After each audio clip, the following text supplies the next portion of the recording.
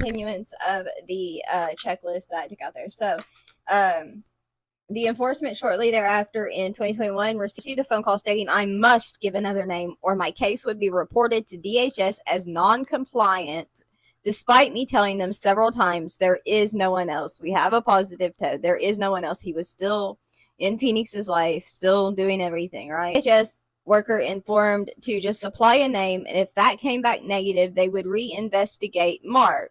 But they would not and could not look into genetic testing Mark more unless someone else was named. So out of fear of losing help, I gave a name of someone. There's no way they could be the father. You insist, they will test.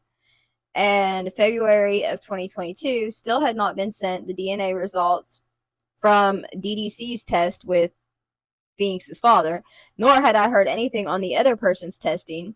The recordings from that interaction. Side note, many discrepancies, including Julie on recording claiming I never requested net gain as lab, see email proof, also claims to have never received other person's info in 2021.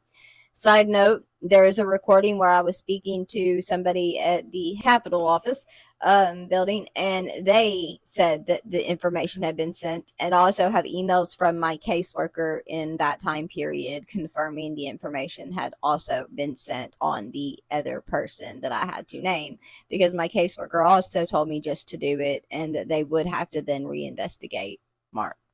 Also note, Julie, in 2022, upon me receiving the letter of the other person's results being at the office for pickup, I called first, as I had been informed by April Fritz of that office that I would be notified prior to this person's testing, because, as I said, denied my legal right to be present for his father's testing.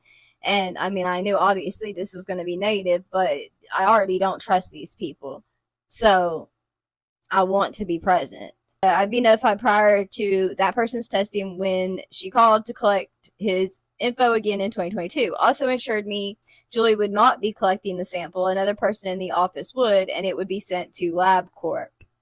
Upon calling between both Julie and Melissa, I was told I had no right to see that who had collected the DNA on the correct person or to be there, at which point I had asked an attorney and was informed prior that the normal procedure would be for me to witness as my child and my DNA, again, were being used in this testing.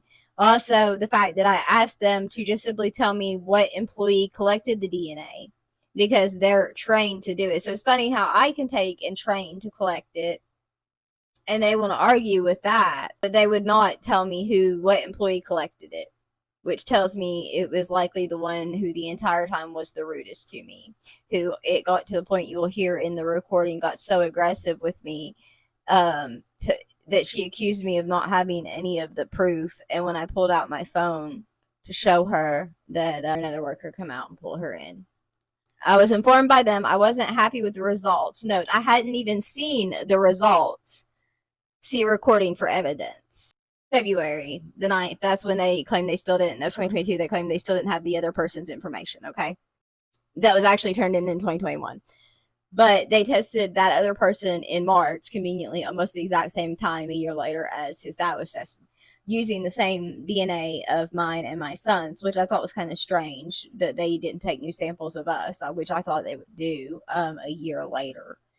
But it doesn't matter, because like I said, it's not his dad, but they were breaking so many rules and regulations is the whole point. I was informed by them, and I'm on the phone with them, and they're calling to tell me that the results are there, mind you, okay? That I was not happy with the results. I hadn't even seen the results. How could I not be happy with them if I haven't seen them? Like, what the fuck? So you're confirming that what I told you was the truth, and that I already knew he wasn't his father, Mark is, and you all know this. So that's exactly what you're confirming. If you're gonna, I'm perfectly fine with those results. Those are actually fucking correct. Congratulations. You did one thing a quarter of the way right. I'm not gonna say halfway right, because you broke so many fucking civil rights. Like, my civil rights got beyond trampled on. They just got thrown out the goddamn window. Notified them of what I believe to be possible genetic mutations or a replication process. Was told they would view the 2 negative tests and get back to me. Never did. See, August of 2023, I went to the office again in person per my TANF was telling me I had to, so I didn't lose benefits. At which point I was told I just can't accept that I don't know who the father of my child is, and I asked and was asked to name another name. I have continued to stand by the fact that there is no one else to name and never was, at which point I was told to sue them.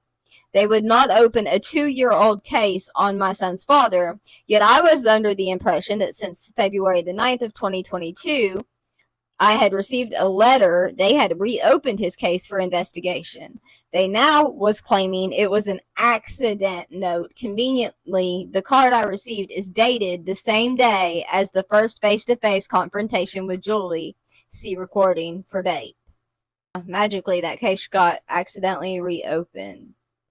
And I stopped the notes there, but it's further to like the things that were said on in 2023 to the point they called the cops on me, which is fine. I waited for the cop, and I was literally told it's a civil matter to sue. That I had to sue them. I have to sue the support office, which also would be the title for attorney general at the time. I would have to sue the chancery magistrate because they signed a order that was violating another order they had signed. So this runs really deep, y'all. When I tell you the corruption, the abuse of power is deep. Literally, the title for attorney general for the state is putting in orders that directly violate my constitutional rights, and a magistrate signing off on it. So that is what I have evidence of. Everything, I will share every bit of it. Please share this video, get this out there. Other people need to know about this because it's not okay, and they are all across the U.S., and these people need shut down, and this needs to stop. And I will not shut up about it until somebody hears me. I'll see you guys in the next one. Thank you.